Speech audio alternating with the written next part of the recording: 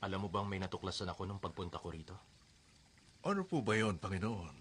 Nalaman kong nagbayad kayo ng 1,000 niyang bilang paunang buwis. Bilang tauhan ng pamahalaan, mahigit sa 3 beses ng halaga ng buwis ang sinisingil niyo sa mga tao.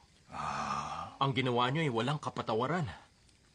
Ay, nagkataon lang na minalas kayo ngayon dahil inutos noon ng palasyo na ang lahat ng nanggigipit sa tao dahil sa maling paniningil ng buwis ay may kalakip na kaparusahan. At dahil ilang ulit ninyong ginawa yun sa mga nasasakupan nyo, ay, mababaw na kaparusahan ang kamatayan sa inyo.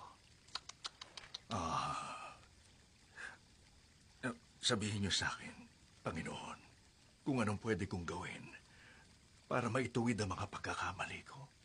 O kaya naman, baka may pwede akong gawin na inyong nais.